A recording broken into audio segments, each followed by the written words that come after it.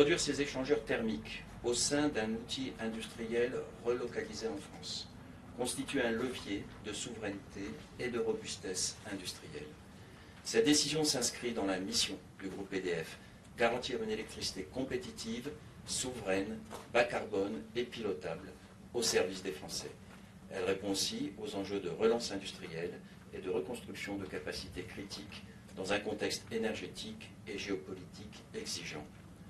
Chalon-sur-Saône n'a pas été choisi par hasard. C'est une terre d'industrie, nous l'aimons tous bien. Ce territoire porte une histoire industrielle forte, des compétences reconnues et un écosystème engagé aux côtés du groupe EDF, qu'il s'agisse des équipes locales de Dalkia, d'Enedis et bien entendu de Framatome, avec l'usine de Saint-Marcel, le CETIC, la base installée à Chalon-sur-Saône, et puis pas très loin, la forge du Creusot, le centre technique, les internes de Cube et le projet Forge Plus. Et je salue l'engagement des pouvoirs publics, locaux et nationaux, et je les remercie. Ensemble, nous écrivons une nouvelle étape de cette histoire industrielle, tournée vers le long terme, l'emploi qualifié, l'excellence technologique et notre souveraineté énergétique. Et je salue aussi l'engagement des salariés du groupe et de leurs représentants, et je les remercie pour cela. Merci.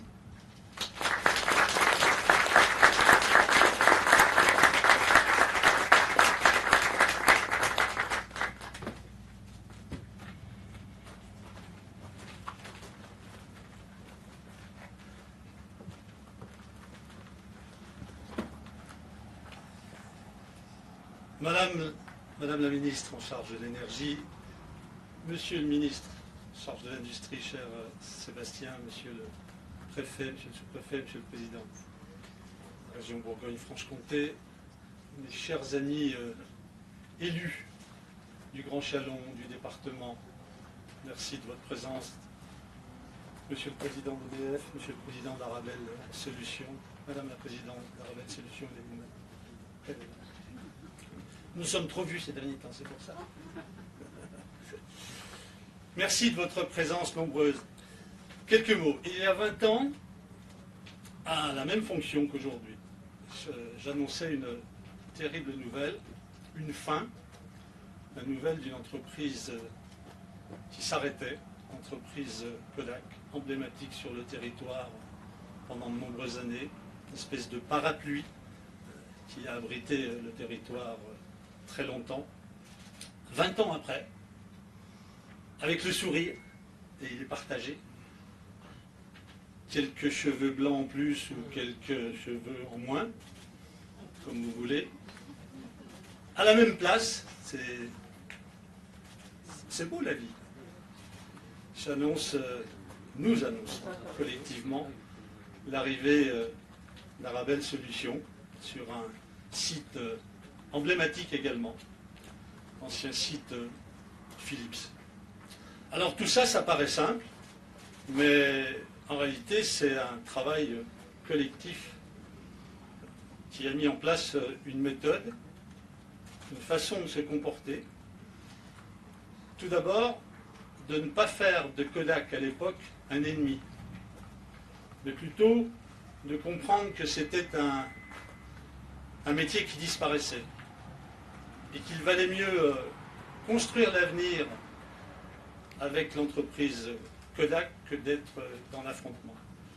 Ça veut dire qu'on a pu faire venir des entreprises sur ce qu'on appelait le campus industriel à l'époque, transférer des personnels de Kodak, continuer un petit peu la sous-traitance qu'il était possible de faire avec les métiers de Kodak. Et tout ça s'est construit dans les années 2005, 2006, 2007. Ensuite, il y a eu un travail considérable avec le gouvernement de l'époque, bien évidemment, l'État, les collectivités, quelles qu'elles soient, avec l'écosystème industriel local, les élus, pour mettre en place un contrat de site qui est certainement le contrat de suite le plus important qui n'ait jamais eu signé en France, de 165 millions d'euros, qui a irrigué l'ensemble du territoire. Et puis ensuite, il y a eu l'acquisition de la réserve foncière. Je pense que Sébastien Martin en parlera, parce qu'il l'a porté. Une acquisition qui s'est faite dans des conditions plutôt favorables pour le Grand Chalon, Et en 2014, Sébastien, avec toutes ses équipes, avec l'énergie qu'on lui connaît, avec sa croyance dans la réindustrialisation, a mis en place une méthode qui était d'anticiper les besoins d'entreprises souhaitant s'installer ici, dans un endroit parfaitement adapté, de façon à pouvoir travailler en amont des complexités que l'on connaît, réglementaires, et permettre aux entreprises de venir s'installer lorsqu'elles en avaient décidé. Et ça, vous savez, c'est une question de volonté. Ça, où on y croit ou on n'y croit pas. Et si on y croit, eh bien, on a tendance à faire que les autres y croient également. Et je crois que c'est le succès. Je voudrais vraiment saluer le travail que Sébastien a fait ici. Peut-être que je ne suis pas tout à fait objectif, mais enfin, la réalité est là. Alors, 20 ans après, Madame la Présidente, tiens, voilà. Vous accueillir ici, c'est vraiment une étape nouvelle, majeure pour l'histoire industrielle de Châlons. Merci pour votre confiance. Vous le savez, on s'est rencontrés, on a rencontré vos équipes, on a déjà échangé ensemble. Nous sommes à votre disposition. Nos équipes sont à votre disposition.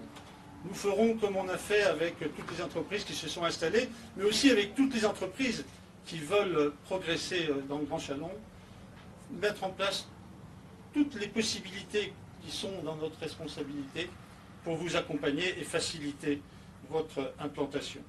Vous allez mettre en place une nouvelle dynamique avec derrière des répercussions qui vont bien au-delà de votre seule activité, aux côtés de l'entreprise Framatome aujourd'hui. Donc merci. Merci à vous, merci à l'État, merci Monsieur le Président de la région, à l'agence économique, merci au département, mais merci à toutes celles et tous ceux, des collègues élus, mais aussi des industriels, qui véhiculent l'image positive du Grand Châlons et de la volonté que nous avons de continuer à être une place forte de l'industrie en France. Bonne journée et bienvenue à Châlons.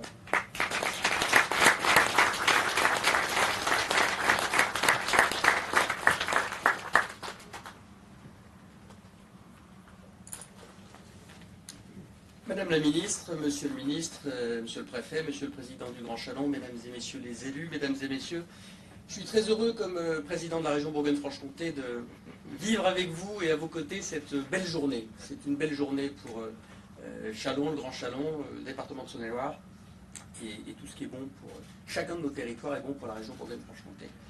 Ce que nous annonçons aujourd'hui, c'est finalement bien plus qu'un investissement, c'est la confirmation, je le disais tout à l'heure à Bernard Fontana, que la Bourgogne-Franche-Comté est et reste une grande région industrielle.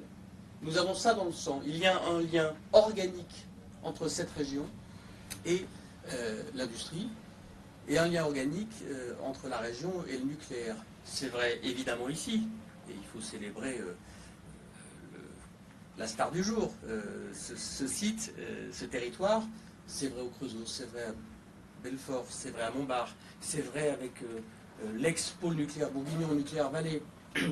Et je veux dire que dans une période où les choix sont parfois difficiles et les conjonctures contraires, les vents contraires, il ne faut pas déserter ses fondamentaux. Et nos fondamentaux, c'est travailler en équipe. Je crois que la puissance publique a su le faire ici. Donc quand on peut être présent aux côtés des projets qui comptent pour les territoires, je crois qu'on est utile à tous. Et puis s'appuyer sur ce qui a fait la réussite industrielle de ce territoire.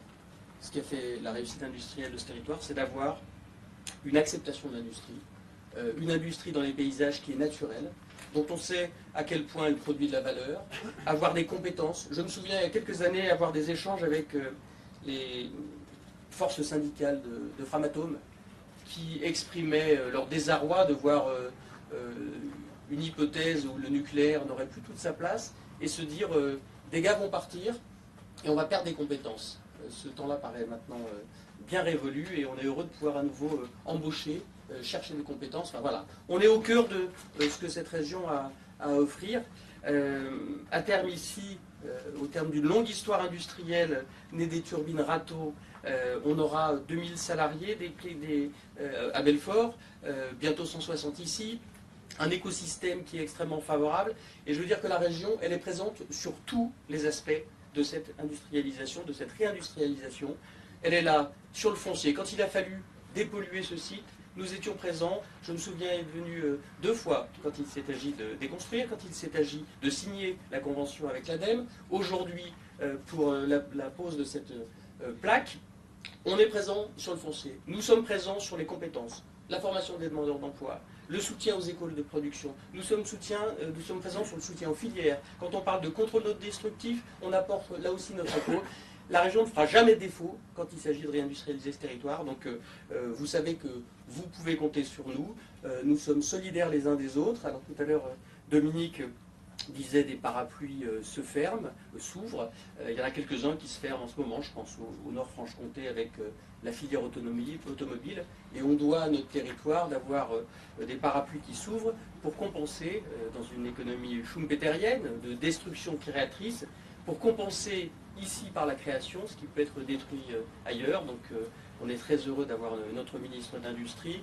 Pas un hasard d'ailleurs si ce territoire donne des ministres de l'Industrie à la France, parce que finalement c'est aussi une des compétences du territoire. On en est très heureux. Donc bravo à tous ceux qui ont œuvré pour cette belle réussite du jour. Et vous savez que la région Bourgogne-Franche-Comté est particulièrement fière, puisque j'ai mis des fiertés au fronton de l'hôtel de région. Ici c'est une fierté, le nucléaire est une fierté, l'industrie est une fierté, et nous sommes fiers ensemble.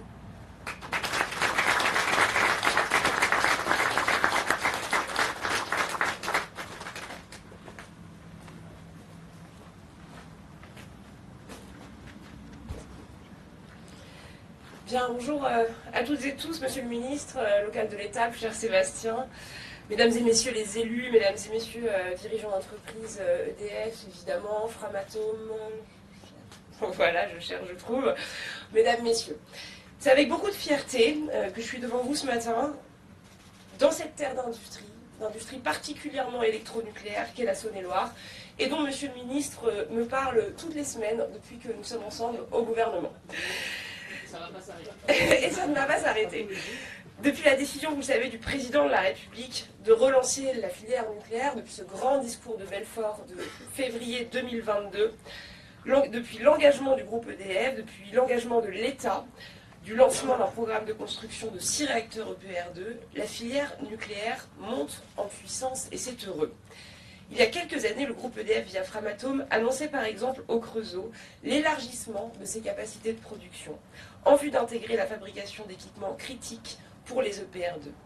Il y a maintenant 2 ans, la filière s'est consolidée plus en profondeur pour délivrer ses centrales avec la création d'Arabelle Solutions, la filiale d'EDF, détenant le savoir-faire et les capacités de production de ce trésor industriel que sont les turbines Arabelle. Et ce chemin se poursuit aujourd'hui. Il se poursuit avec l'annonce d'un nouvel investissement majeur. Je sais l'implication et le travail accompli encore une fois par mon collègue Sébastien Martin, comme ministre, hier comme élu dans la région, pour obtenir le résultat dont nous nous réjouissons tous ensemble aujourd'hui. Je sais aussi évidemment l'engagement de Bernard Fontana et de Catherine Cornan pour assurer cette grande réussite industrielle, illustration des atouts de notre politique énergétique et de ce que nous souhaitons faire dans le cadre de la PPE3, illustration aussi, et ça a déjà été dit, de la capacité des entreprises, de l'industrie d'une part, de l'État d'autre part, des collectivités locales enfin, à travailler ensemble, à avancer de façon efficace. Et je le disais en aparté avant mon discours, l'État sera à vos côtés. La semaine dernière, le président de la République annonçait 150 sites avec des accélérations exceptionnelles pour promouvoir l'industrie en France. C'est vraiment dans cet élan-là, dans cette logique-là, qu'on veut se placer pour les mois qui viennent, être à vos côtés, être des facilitateurs. Encore une fois, on en parlait tout à l'heure, l'industrie demande souvent aux responsables politiques « faites-nous confiance », et bien nous on vous fait confiance, on vous laissera faire dans la mesure de ce que nous pouvons faire, et on sera évidemment à vos côtés. Le nucléaire, je l'ai dit, c'est une filière d'excellence, c'est aussi une filière souveraine.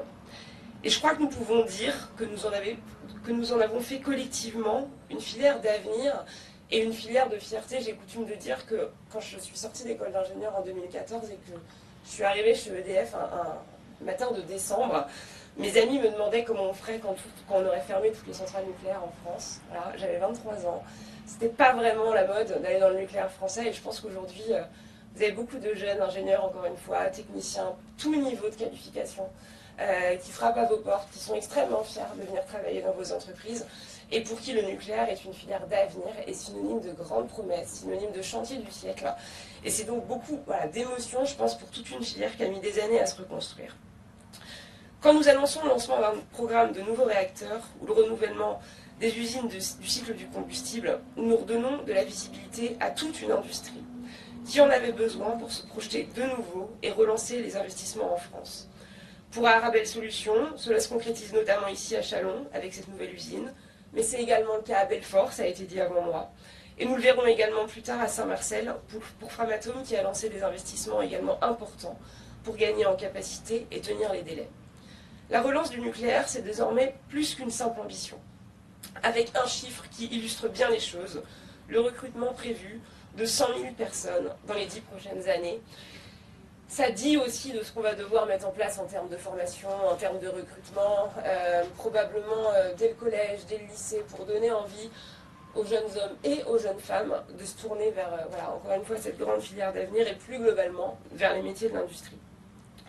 Bon, je ne serai pas complètement exhaustive sur l'importance et pourquoi cette filière est si chère à nos cœurs. Je voudrais quand même dire qu'on est dans une période particulière, puisqu'on traverse une crise énergétique qui nous rappelle, là encore, l'absolue nécessité d'avancer vers plus de souveraineté.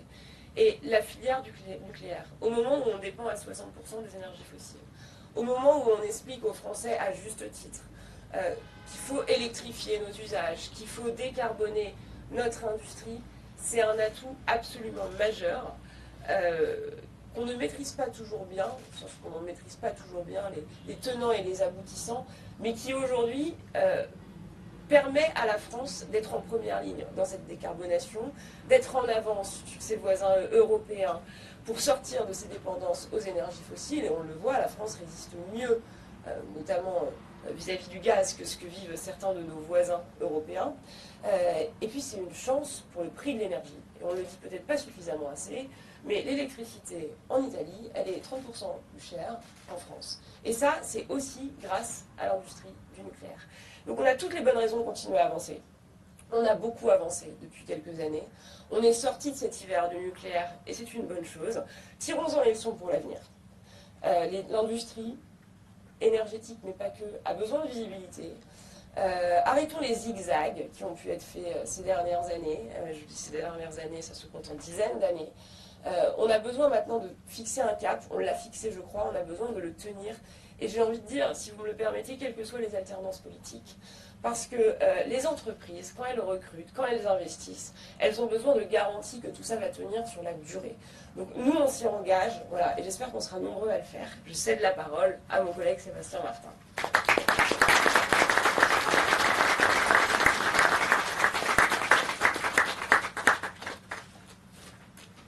Bien, mesdames et messieurs, vous imaginez que vous m'excuserez, Dominique, parce que des fois, je ne sais pas si je serai ministre, ancien président du Grand Châlons, en m'exprimant ici devant vous toutes et vous tous. Madame la ministre, merci beaucoup, Maud, d'être venue ici.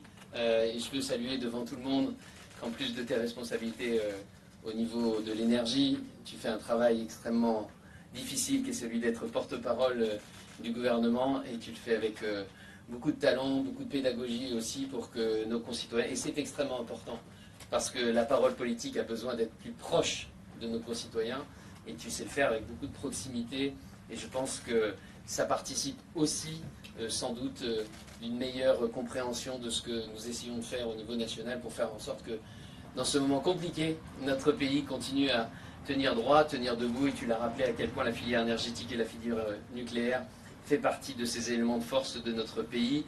Monsieur le préfet, monsieur le président du conseil régional, mon cher Jérôme, monsieur le président du Grand Châlons, cher Dominique, monsieur le vice-président du conseil départemental, cher Jean Vianney, monsieur le premier adjoint au maire, merci pour tes mots d'accueil, mon cher Bruno, mesdames et messieurs les élus, monsieur le président d'EDF, cher Bernard Fontana, Madame la présidente d'Arabelle, chère Catherine Cormont, que je cherche ici, et monsieur le président de Framatome, cher Grégoire Ponchon, et mesdames et messieurs, en vos grades et qualités.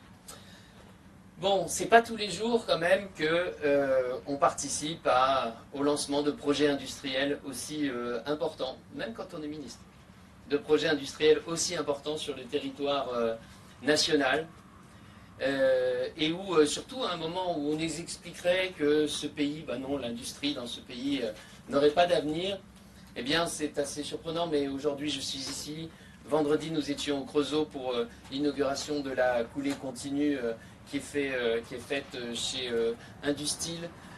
Quelques semaines en arrière à Belfort, encore dans ta région, mais aussi je pourrais parler de tous les projets autour du nucléaire qui ont lieu en Normandie ou dans le Cotentin, où le principal sujet, comme tu l'as dit Maud, est de savoir comment nous allons recruter, comment nous allons former, comment nous allons avoir derrière les lignes de production qui sont prévues, les personnes avec les qualifications et avec la bonne quantité et qualité aussi des personnels que nous souhaitons. Et Monsieur le Président, Madame la Présidente, je me souviens encore il y a quelques mois, effectivement, je ne sais plus si c'était dans mon bureau, si c'était dans un déplacement, enfin je ne sais plus à quelle occasion, vous me dites, mais bon, on va sans doute rapatrier nos échangeurs thermiques ou de chaleur, et on pense bien le faire à Châlons. On pense bien le faire à Châlons. Mais non, nous allons le faire à Châlons. Nous allons trouver la bonne solution foncière. D'ailleurs, initialement, ce n'était pas ce terrain-là qui était choisi. Et puis après, avec les équipes du Grand Châlons, cher Dominique, il y a eu cette opportunité ici, sur ce site industriel clé en main. Et je tiens beaucoup à cette notion-là. Au niveau gouvernemental, nous avons décidé désormais de confier la main au préfet pour labelliser plus de sites industriels clés en main comme ceci. Ça veut dire quoi un site industriel clé en main? C'est ce qu'on a fait, en résumé, pour les Chalonnais et Grands Chalonnais, c'est ce qu'on a fait chez Kodak. On a mis 110 hectares, Dominique l'a rappelé, et on a réuni les conditions de sécurité juridique pour qu'un investisseur, lorsqu'il vient, il sait qu'il n'aura pas la grenouille bleue ou le grand échassier vert. Je ne sais pas si ça existe, mais peut-être que ça existera un jour, qui est présent sur le foncier. Et donc il a son investissement qui est sécurisé parce qu'il ne prend pas de risque de voir les délais dépasser du fait des études environnementales ou des études archéologiques qui n'auraient pas été faites avant. Et comme ça l'est si souvent bien expliqué, ceci nous fait gagner minimum entre 1 an et 18 mois sur une procédure d'implantation industrielle pour un projet. C'est ce que nous avons fait ici. Je me souviens encore de la signature de la vente, de l'achat. C'était à Noël. Ben, finalement, le cadeau a mis un peu de temps à arriver, mais il est arrivé. Nous avons signé la vente de ce terrain le 24 décembre 2021. Je suis le directeur général des services qui est là, parce qu'il fallait absolument le faire avant la fin de l'année 2021. Il devait y avoir une raison financière, sans doute, monsieur le directeur général, vous connaissant.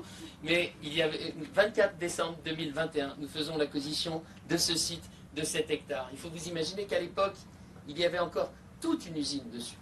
L'ex-usine Philips, qui avait vécu sa vie de 1951 à 2017, comme ça a été rappelé précédemment, qui avait fait la fierté des habitants de ce territoire. Et je me souviendrai toujours de la dernière visite que nous avions organisée ici, de la visite, de gens émus, de gens en pleurs avant la démolition. Pourquoi? Parce que l'industrie, ça vous marque. Parce que quand vous avez fait 10 ans, 20 ans, 30 ans dans une usine, quelle que soit la fabrication que vous avez faite, l'industrie, ça vous marque. Et les gens étaient marqués. Et qu'est-ce que nous ont demandé les gens à cette époque? Remettez-nous un grand nom de l'industrie. On veut à nouveau une belle image. On veut qu'on passe de cette histoire de Philips à une autre très belle histoire industrielle. Et je relisais quelques propos que j'ai eu dans la presse. J'avais dit, je souhaite un grand nom de l'industrie et j'imagine entre 100 et 200 emplois sur le site. Nous avons, grâce à vous, merci beaucoup encore, je vous demande vraiment de les applaudir, monsieur le président de l'EDF, madame la présidente d'Arabelle, un grand nom de l'industrie et près de 200 emplois qui vont être créés ici avec de la valeur ajoutée et qui confortent la présence d'une filière industrielle essentielle, non seulement à notre région, mais aussi d'une filière industrielle essentielle à la puissance de notre pays. À la puissance de notre pays.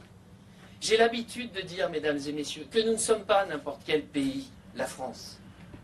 Nous sommes ce pays dans lequel nous savons faire des centrales nucléaires et dans lequel nous maîtrisons la filière entièrement de A à Z, quand certains ne comprennent pas l'intérêt du plan d'électrification et qu'ils préfèrent continuer à rester entre les mains des pays du Golfe, eh bien ils ont 0 sur 20 en géopolitique ou même en développement industriel. Parce que la puissance et l'autonomie de la France et l'indépendance de la France, effectivement, de maîtriser de bout en bout. Et qu'est-ce que nous faisons ici? Nous relocalisons en France des éléments essentiels à notre puissance et à notre souveraineté industrielle. Cette même souveraineté industrielle et la maîtrise du nucléaire qui fait que quand le président de la République demande à ce que le Charles de Gaulle, qui mouillait en mer Baltique, soit quelques jours plus tard en Méditerranée, devant le Liban, à côté de Chypre, pour protéger nos intérêts, comment est-ce qu'il arrive à le faire en 6 jours sans s'arrêter? Parce qu'il a une motorisation nucléaire qui lui permet d'avoir une autonomie de 10 ans et qu'il peut être n'importe où à travers le monde et qu'il peut assurer en quelques jours, en quelques heures, n'importe où à travers le monde, la sécurité de notre pays parce qu'il a une chaudière nucléaire et qu'il n'y a que 2 pays dans le monde qui savent faire ça, la France et les États-Unis. Il n'y en a pas 36, il n'y en a que 2. Et si la France est un grand pays, c'est grâce à notre industrie. C'est parce qu'elle sait faire ses centrales, c'est parce qu'elle sait faire, quand nous allons chez Alstom, des trains, c'est parce qu'elle sait toujours faire des véhicules et des automobiles et qu'elle saura encore mieux demain faire des automobiles électriques, c'est parce qu'elle a une industrie de l'armement aussi qui assure notre autonomie et partout dans les territoires. Des chefs d'entreprise, quels que soient les secteurs, y compris dans le textile, y compris dans le recyclage de matériaux stratégiques, y compris dans les pompes à chaleur, y compris dans tous les secteurs industriels qui sont présents ici, qui font la force de notre pays. Alors soyons fiers de notre pays. En tout cas, moi aujourd'hui, je suis fier du Grand Chalon. Je suis fier de notre pays grâce à notre industrie. Merci à toutes et à tous.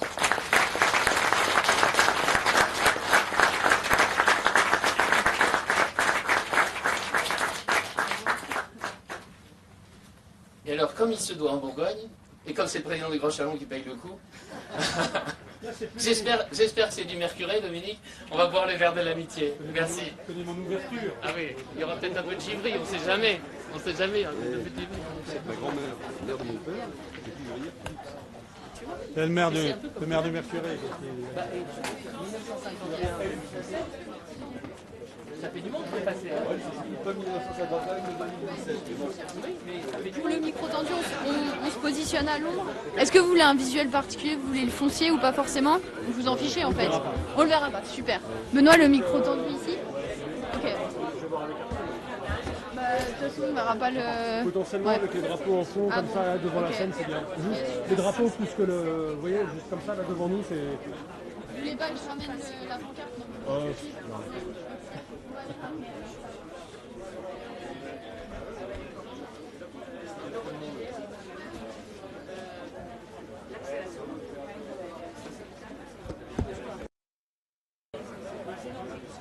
Un, deux, un, deux, un, deux, un, deux. On n'est pas beaucoup,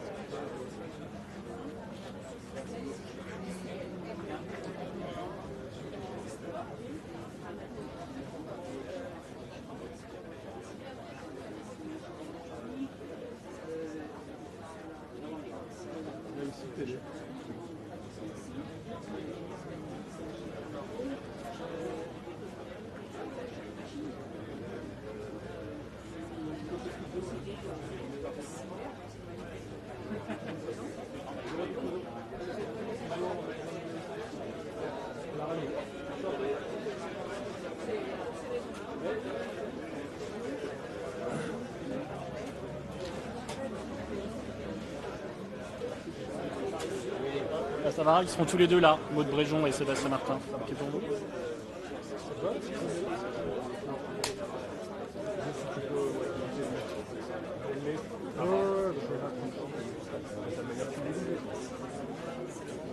Je vais mettre aussi mon téléphone pour avoir...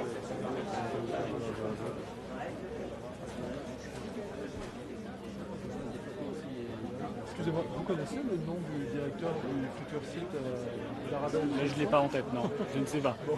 Il n'a pas été donné, je pense, non? Non, mais je l'ai demandé, mais je l'ai noté dans mon... D'accord.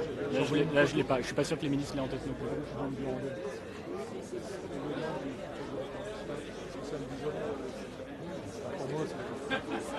Ouais, je vous laisse vous positionner pour qu'il n'y ait pas de... C'est bon? On pose une question sur le... Qui lead l'interview? Qui lead le micro tendu?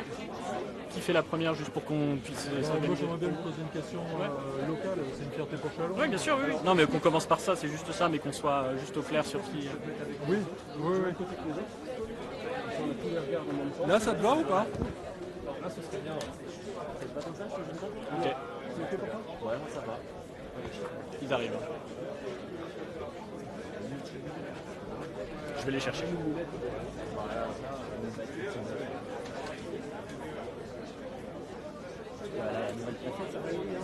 Non.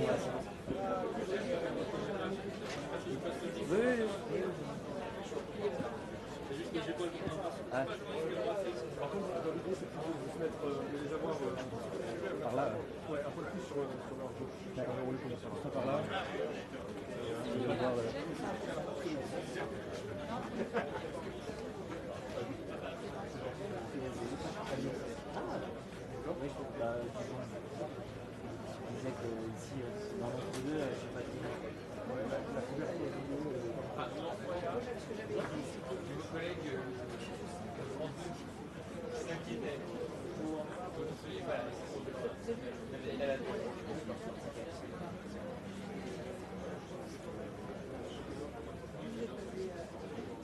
C'est quoi après? C'est la visite d'une autre usine? Ouais. Toi aussi? Non? Non, c'était à 13h15 à préfecture de Nice. Ah oui, je pense que c'est vraiment Alors, je veux dire, le plus important, c'est ici. oui, oui. Transformato, mais j'ai habité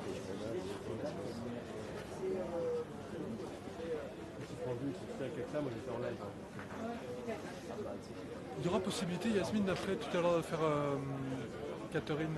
Catherine Cornan, ouais. ouais, après Nico Tandy. Ah, génial. Et le directeur du site, le Dijonnais, le monsieur de Dijon, Ouais. il sera possible aussi de l'avoir. Non, on va juste faire Catherine.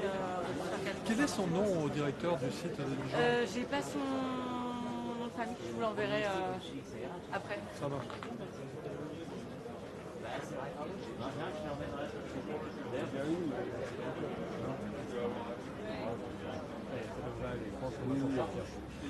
Tu vas à Framatome, toi?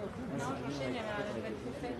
Ah oui, ah bah toi aussi. Nous, on se retrouve tout à l'heure à la préfecture de Côte-d'Or.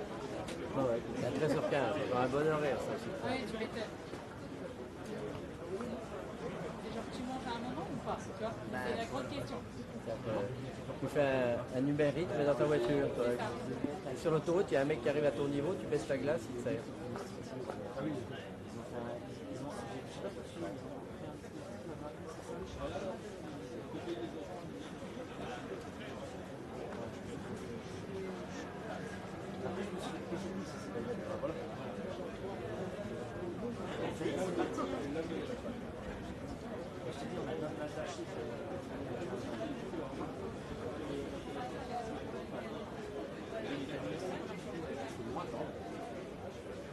Voilà.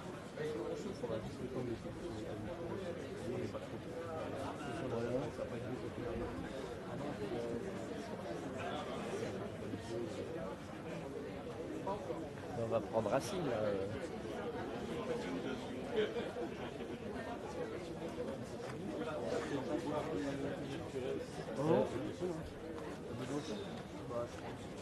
Bon, du mercuré, mais tu es fou.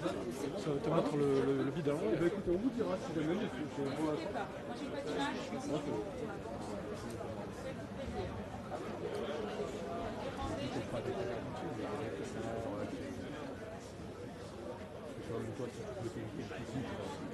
Oui, là je pense que tu vas mettre.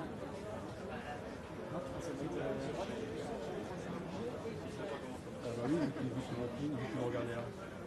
Ah non, ça oui. tu vas mettre à gauche pour regarder à droite. Ouais, donc du coup je vais... C'est pour ça que je pense que le public, en fait, naturellement, il sera masqué. Oui, oui.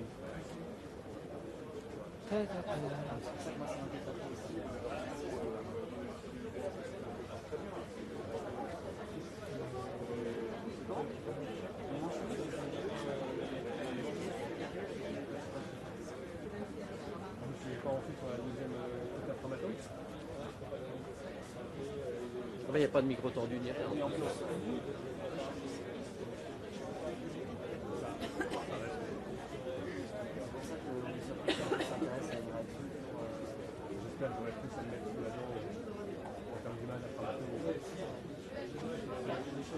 Oui, c'est assez beau à filmer et tout. Ah, il parle pas, d'accord. Moi, l'idée, je pense qu'on va faire un truc avec ce matin. Là, ça fait un truc un peu plus.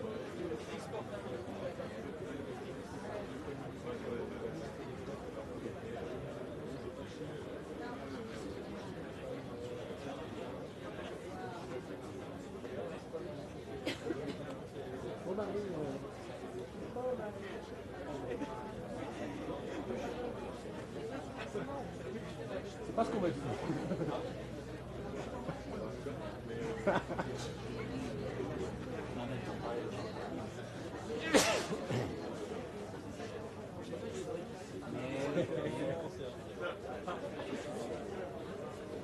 Bien.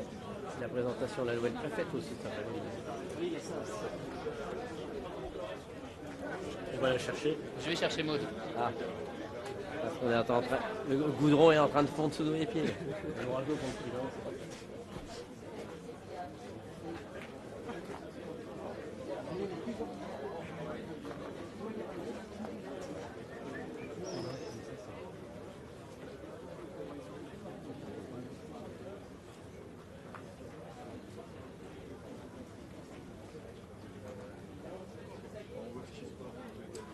Test, 1, 2, 1, 2. 1, 2, 1, 2, c'est mieux.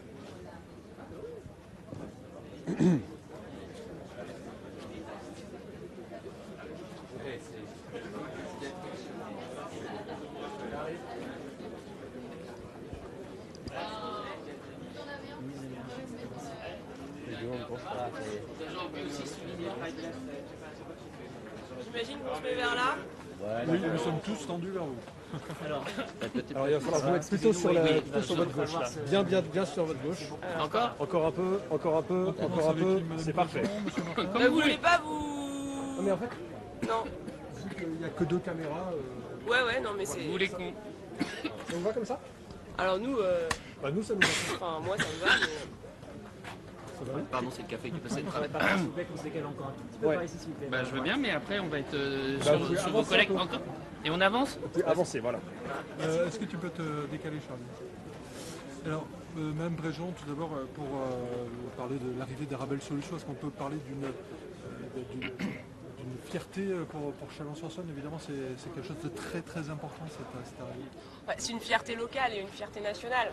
Une fierté locale, on l'a vu, parce que ça concerne beaucoup d'acteurs, parce que ça va faire venir beaucoup d'emplois, parce que c'est vraiment gage de développement pour un territoire qui est déjà un territoire d'industrie.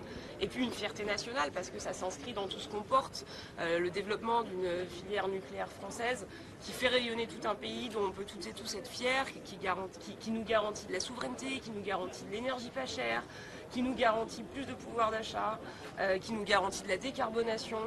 Ça prend du temps, mais on voit ici qu'il y a des résultats concrets, qu'on arrive à avancer, et ça c'est grâce à ce que font les acteurs locaux, dont Sébastien Martin fait partie, c'est grâce à ce que fait l'État, dont nous faisons partie, et c'est grâce à ce que font les entreprises en qui on a confiance. C'est aussi le message qu'on est venu délivrer aussi aujourd'hui. On a confiance en l'industrie, on a confiance dans les entreprises, et on arrive ensemble à avancer. Madame Bréjean, c'est l'intérêt stratégique de la France d'être souverain sur son énergie? On le voit tristement aujourd'hui. 60% de l'énergie consommée en France provient des énergies fossiles. Regardez ce qui se passe avec le prix à la pompe. Et ici, comme partout en France, les Français, en ce moment, paient le prix de nos dépendances. On paie le coût de nos dépendances. Et donc on a besoin de sortir du pétrole, on a besoin de sortir du gaz. Et ça passe par des moyens de production d'électricité décarbonée, notamment grâce au nucléaire. Et ça passe par ce plan d'électrification qu'on a lancé avec le Premier ministre. peut-être que tu veux... Oui, il y a d'autres questions ou Oui, vous oui, avez pas- Allez-y. Monsieur Martin, la semaine dernière vous étiez à Framatome, aujourd'hui on est ici sur l'ancien site Nordéon Philips. Pour le développement des territoires, ces investissements sont importants.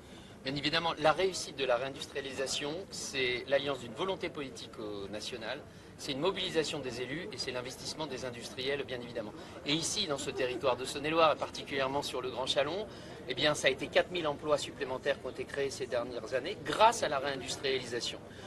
On est ici sur ce site, Arabelle Solutions, qui va créer près de 200 emplois, un investissement colossal dans une filière majeure en Bourgogne-Franche-Comté. Mais on voit que ce territoire, qui est un territoire industriel, vous avez parlé d'Industil la semaine dernière, il est capable de porter plusieurs secteurs industriels qui font la réussite de notre pays. Vous avez expliqué que le nucléaire faisait de la France un pays pas comme les autres. Est-ce que vous pouvez expliquer en quoi cette industrie nous rend différents? Parce qu'on est un des rares pays à maîtriser la filière nucléaire de bout en bout. De l'extraction de l'uranium jusqu'à son recyclage, tout en ayant au milieu nos centrales capables de produire l'électricité.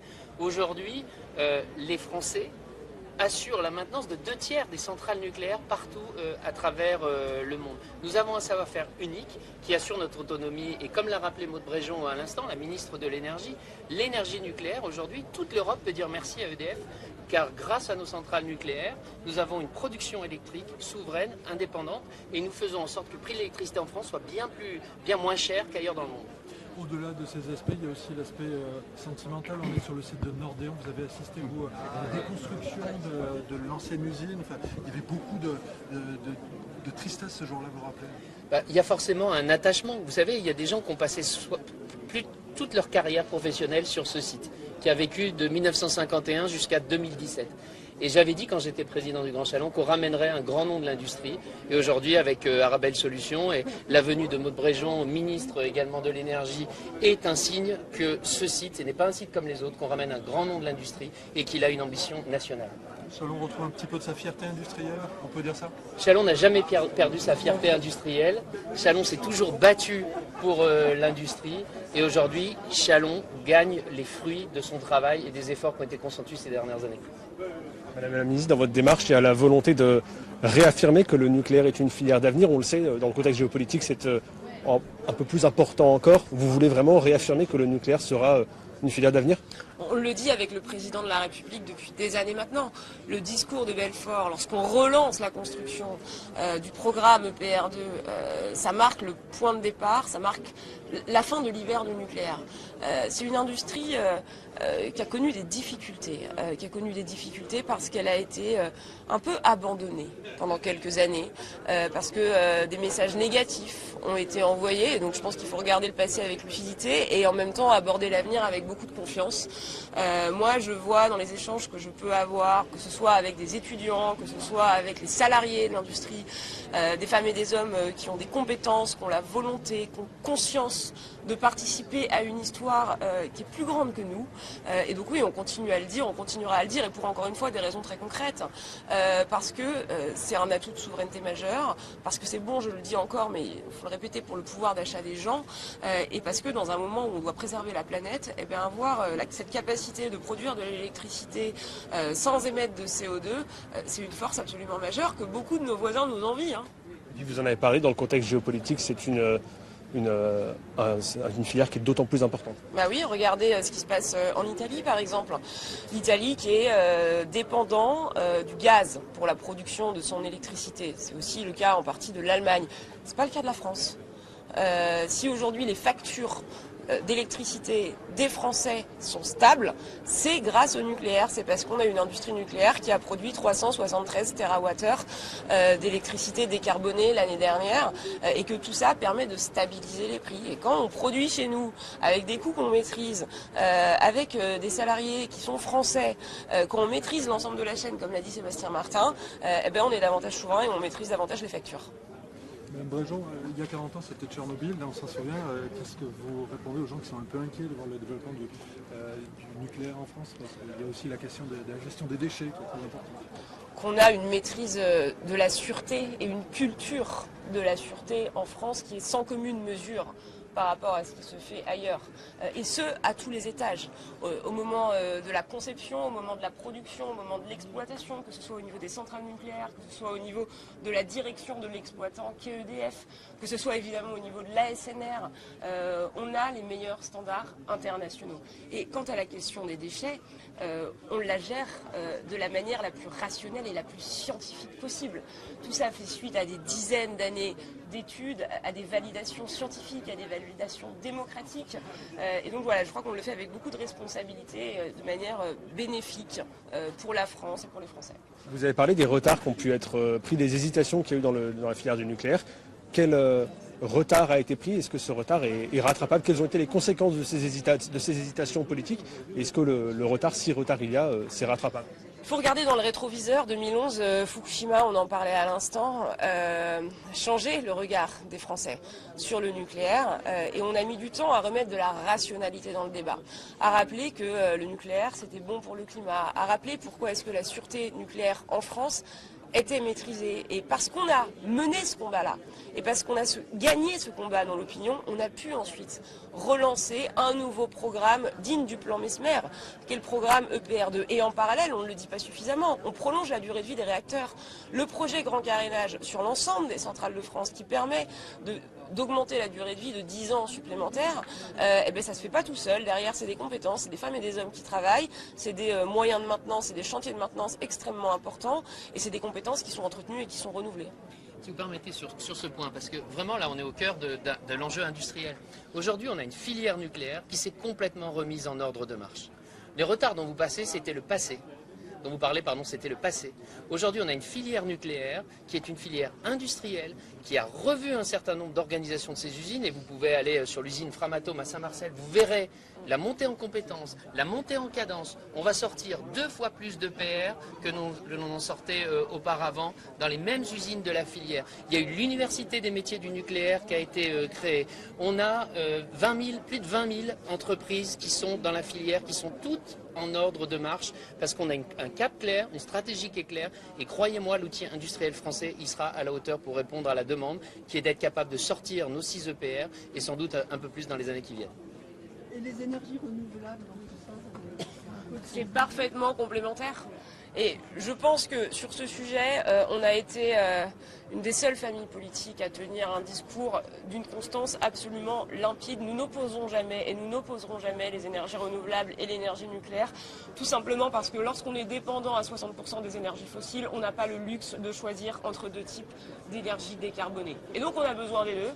C'est ce qu'on fait. On a lancé des appels d'offres sur l'éolien offshore, sur le photovoltaïque, sur l'éolien terrestre. Là encore, prenant compte des spécificités locales, et on relance en parallèle l'industrie nucléaire. Et donc les deux sont vraiment complémentaires.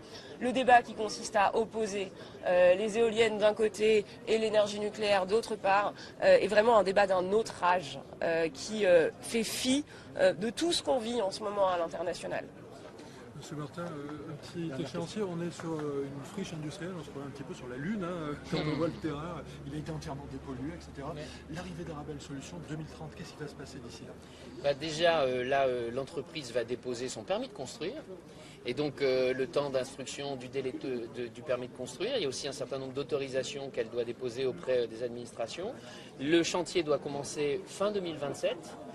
Les premières activités industrielles doivent arriver autour de fin 2028 et jusqu'à la montée en charge avec un plein régime en 2030. Et en 2030, donc ça sera 160 salariés qui seront présents ici sur ce site industriel. Dans un bâtiment gigantesque? Dans un bâtiment de plus de 20 000 m² sur un foncier de 6 hectares, c'est ça. Merci à vous. Merci beaucoup. Merci.